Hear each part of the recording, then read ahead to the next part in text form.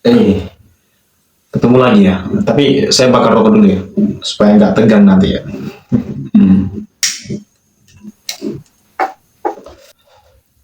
Pembahasan dalam video kali ini sebenarnya udah lama banget pengen saya bahas. Cuman karena mungkin belum ada kesempatan aja kali ya, karena beberapa kesibukan. Salah satu hal yang rutin saya lakukan adalah mengajar.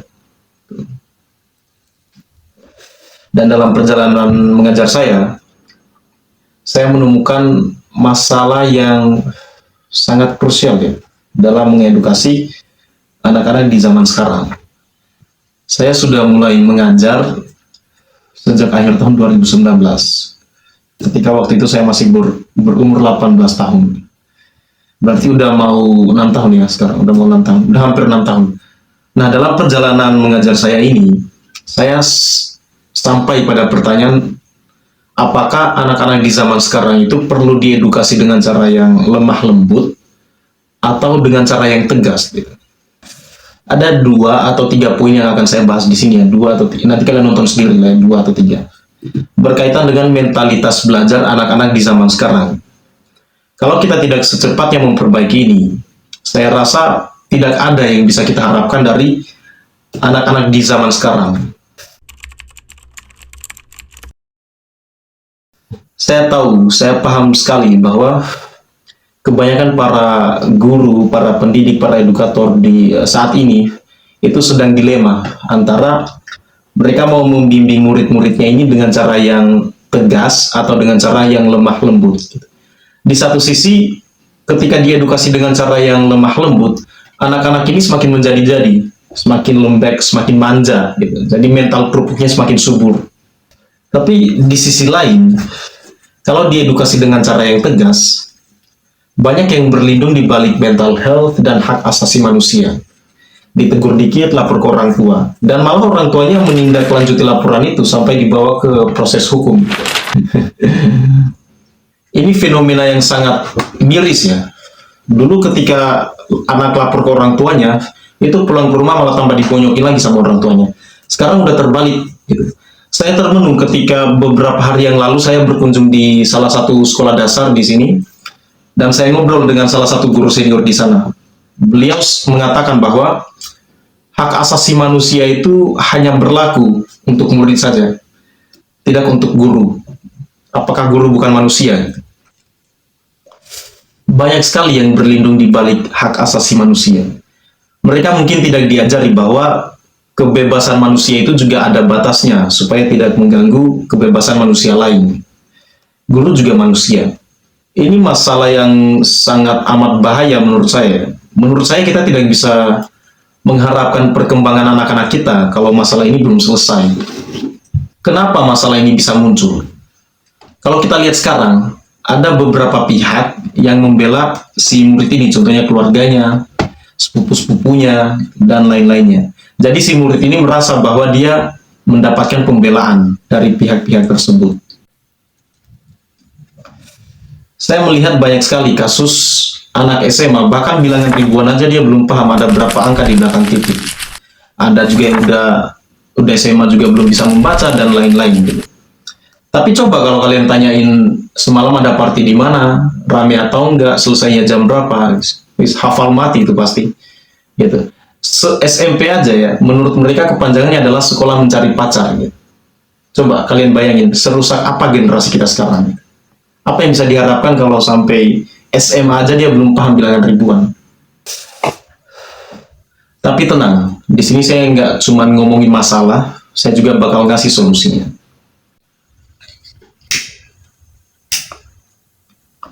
Yang pertama untuk orang tuanya, biarlah anakmu dididik oleh gurunya, dididik oleh edukatornya. Kalian tidak perlu terlalu ikut campur, kecuali memang gurunya udah kelewatan.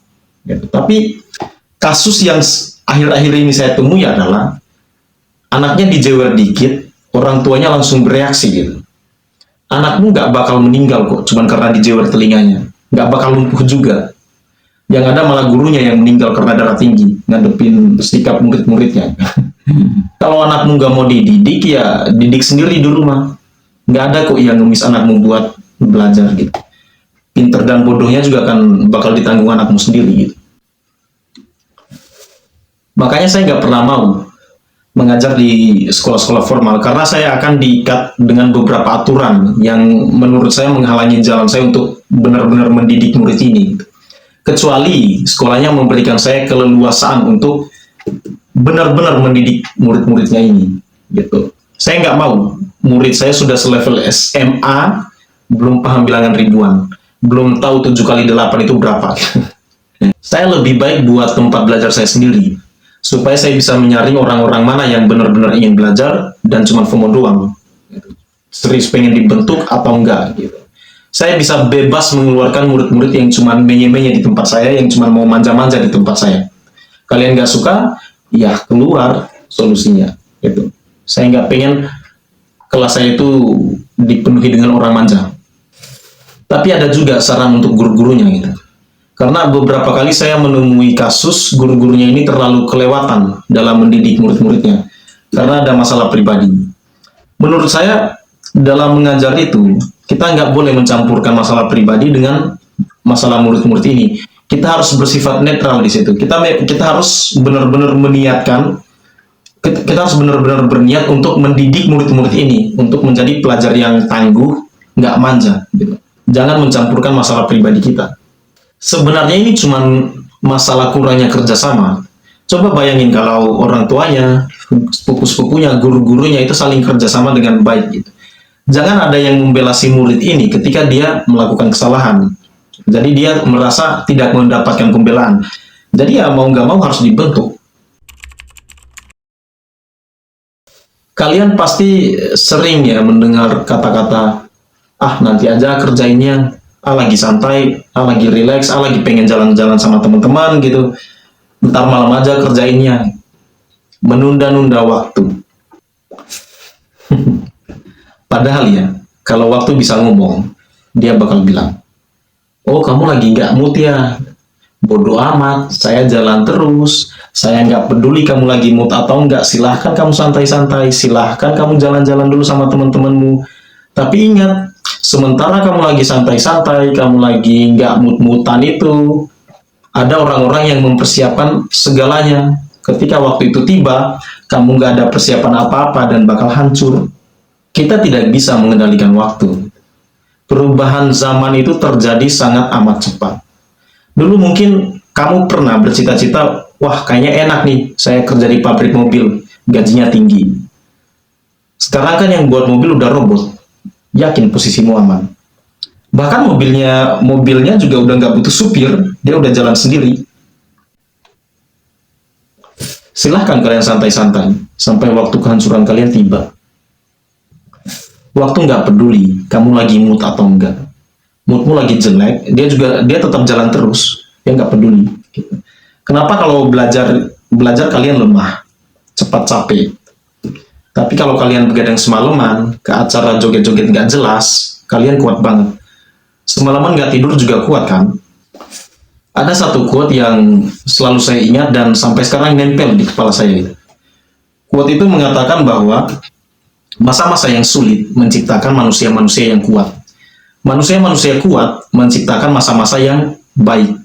Masa-masa yang baik menciptakan orang-orang yang lemah. Dan orang-orang yang lemah menciptakan masa-masa yang sulit. Nah, dan kita sekarang ada di sini. Orang-orang sekarang itu sangat lemah dalam hal belajar, mut-mutan. Tapi kita lihat sekarang, banyak sekali orang yang kesulitan sekali mendapatkan pekerjaan. Bahkan kamu udah kuliah pun tidak menjamin kamu bisa mendapatkan pekerjaan yang semestinya dengan ijazahmu. Saya bukan menghina masing-masing profesi, tapi kalian pahamlah maksud saya apa. Beberapa profesi juga akan digantikan robot kok nantinya. Jadi quote itu sangat benar ya. Kalau kita manja-manja, lemah, lembek dalam hal belajar, kita akan menghadapi masa-masa sulit. Bahkan bukan akan ya, tapi kita sudah menghadapi masa-masa sulit tersebut. Gitu.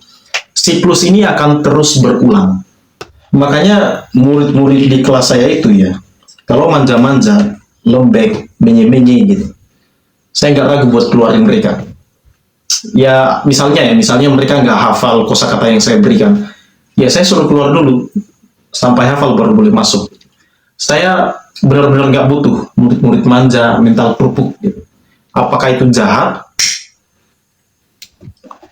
Emang. Apakah itu keras? Emang. Tapi lebih jahat lagi kalau saya membiarkan murid-murid saya itu sampai level SMA, belum paham bilangan ribuan, atau 7 kali 8 juga nggak tahu. Saya sering berdiskusi ya dengan teman saya gitu. Sebenarnya apa sih yang diandalkan oleh anak-anak sekarang ini? Ya mungkin sekarang kamu masih enak makan lah karena masih ada orang tuamu. Tapi ingat ya, orang tuamu itu mau ninggalin kamu besok kalau Tuhan mau juga bisa. Gitu. Orang tuamu bisa pergi kapanpun. Jadi gimana kalau kamu nggak ada persiapan apa-apa? Nanti ketika kegentingan itu datang, wah langsung buru-buru tuh. Langsung minta diajari bahasa Inggris dalam waktu 1 bulan. Kamu gila apa gimana? Percaya diri itu baik loh, tapi sadar diri lebih baik. Jadi solusinya adalah, mumpung kamu masih punya banyak waktu, manfaatkan waktumu sebaik-baiknya. Semua manusia punya modal yang sama kok. 24 jam per hari, otak juga dikasih, gitu. Kalian nggak tahu seberapa menyesalnya orang-orang yang telah menyia-nyiakan waktu mereka. Mereka harus puyeng ngatur waktu buat kerja, buat belajar, gitu. Karena mereka menyia-nyiakan waktu muda mereka. Kenapa saya tahu? Ya karena murid-murid saya banyak yang udah berkeluarga, anaknya udah 2, 3, 4, bahkan ada yang udah S3. Maksud saya di poin ini adalah, ternyata kemampuan orang untuk menilai sesuatu secara objektif itu hampir nggak ada ya, sedikit sekali. Contohnya misalnya ketika kita menyatakan kebenaran dengan cara yang mungkin agak kasar ya, itu kita bakal dibilang sombong, kasar, nggak sopan, dan lain-lain. Kenapa masih berkutat dengan sopan santun? Ya saya tahu sopan santun itu tidak salah. Tapi kebanyakan orang, kebanyakan anak-anak sekarang, kalau diedukasi dengan cara yang lembut, sopan gitu, itu mereka malah makin manja, malah makin menye-menye gitu. Capek dikit, curhat gitu. Seakan-akan dia adalah manusia paling tersiksa di bumi, manusia si paling kerja keras gitu.